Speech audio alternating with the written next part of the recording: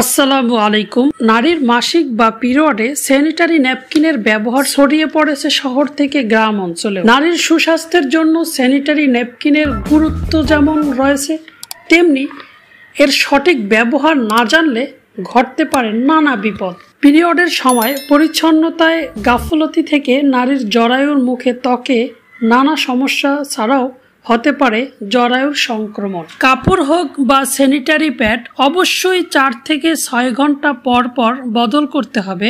অনেকেই রক্তপাত কম হওয়ার কারণে দীর্ঘক্ষণ একই প্যাড পরে থাকেন। অনেকে আবার খরচ কমাতে অনেকটা সময় একই প্যাড ব্যবহার করেন। কেউ কেউ আবার বাইরে থাকায় লজ্জাবোধ বা অলসতা করেও প্যাড পরিবর্তন করেন না। কারণ যাই থাকুক না কেন, দীর্ঘক্ষণ প্যাড ব্যবহারের ফলাফল একই।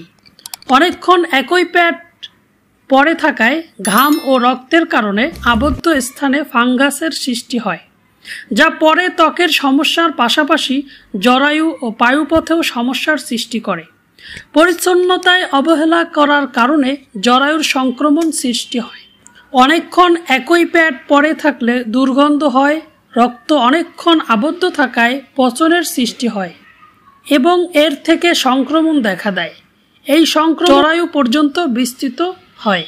স্যানিটারি ন্যাপকিন খোলা রেখে দিলে অথবা ধুলামুক্তভাবে সংরক্ষণ না করা হলে পিরিয়ডে ওই ন্যাপকিন পরার পর অনেকেরই অস্বস্তি ও চুলকানি দেখা দিতে পারে। অনেকেরই স্যানিটারি ন্যাপকিনের পরে থাকায় 2 পায়ের মাঝে ও নিতম্বে ছিলে যাওয়া র্যাশ, এমনকি দাগও হতে পারে। উরুতে ঘামের কারণে ত্বকে দেখা দিতে পারে ফাঙ্গাল ইনফেকশন এবং চুলকানিও। আঁটোসাঁটো ও সিনথেটিক কাপড় না পরে এই সময়টা, তাই কোমরে নরম ইলাস্টিকের পাতলা সুতি বা গেঞ্জি কাপড়ের পাজামা, সালোয়ার বা প্যান্ট পরার পরামর্শ ডক্টর দিয়েছেন। ত্বকে চুলকানি হলে প্রাথমিক পর্যায়ে নারিকেল তেল ও ভেজলিন ব্যবহার করা যেতে পারে। বাজারে যেসব অ্যান্টিব্যাকটেরিয়াল ও অ্যান্টিফাঙ্গাল ক্রিম পাওয়া যায় তাও ব্যবহার করা যেতে পারে। তবে অবস্থা খারাপের দিকে মনে হলে অবশ্যই চিকিৎসকের পরামর্শ নিতে হবে। নানি দাদিরা যেভাবে কাপড় ব্যবহার করতেন সেরকম করে কোনোভাবেই কাপড় ব্যবহার করা যাবে না। টিস্যু ও তুলা দিয়ে নিজেরা ন্যাপকিন বানালে তা কোনো ল্যাবে পরীক্ষার ছাড়া এসব প্যাড ব্যবহার স্বাস্থ্য ঝুঁকি রয়েছে। এছাড়াও কেউ যদি মেনস্ট্রুয়াল কাপ ব্যবহার অভ্যস্ত হয়ে থাকেন সেক্ষেত্রেও তাকে যথাযথ পরিচ্ছন্নতা মেনে চলতে হবে। অনেকে অতিরিক্ত রক্তপাত ঠেকাতে একসঙ্গে একাধিক প্যাড ব্যবহার করে থাকেন, যা খুবই ঝুঁকিপূর্ণ বলে। একসঙ্গে একাধিক প্যাড ব্যবহার সংক্রমণের ঝুঁকি বাড়িয়ে দেয়। তাই একাধিক প্যাড ব্যবহার না করে প্রয়োজন হলে 2-3 ঘন্টা পর পর প্যাড পরিবর্তন করতে হবে। মাসিক চলাকালে পেট ব্যথা হওয়ার একটি কারণ হতে পারে সংক্রমণ। পিরিয়ডের নির্দিষ্ট সময় পর প্যাড বদল না করা হলে জীবাণু যৌনিপথে উপরের দিকে উঠে যেতে পারে।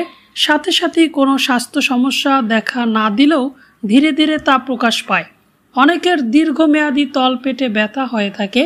এ ধরনের সংক্রমণে নারীর গর্ভধারণ ঝুঁকিতে পড়বে এমনটা না বলা গেলেও এই শঙ্কা একেবারে উড়িয়ে দেওয়া যায় না বলে। সাধারণত এটা তেমন সমস্যা করে না, তবে 2-1 জনের ক্ষেত্রে ব্যতিক্রম ঘটনাও ঘটে। সংক্রমণের কারণে কারো টিউমার হয়, সন্তান ধারণের সমস্যার সৃষ্টি করতে পারে। পিরিয়ডের সময় অপরিচ্ছন্নতা থাকলে অধিকাংশ নারী বেশি বয়সে তলপেটে ব্যথার সমস্যা দেখা দেয়। বন্ধুরা, আজকের ভিডিও সম্পর্কে আপনার যদি কোনো মন্তব্য থাকে কমেন্ট বক্সে লিখুন। নিয়মিত স্বাস্থ্য বিষয়ক পরামর্শ পেতে, প্রয়োজনীয় মেডিসিনের রিভিউ পেতে সাবস্ক্রাইব করে সঙ্গে থাকুন। ধন্যবাদ।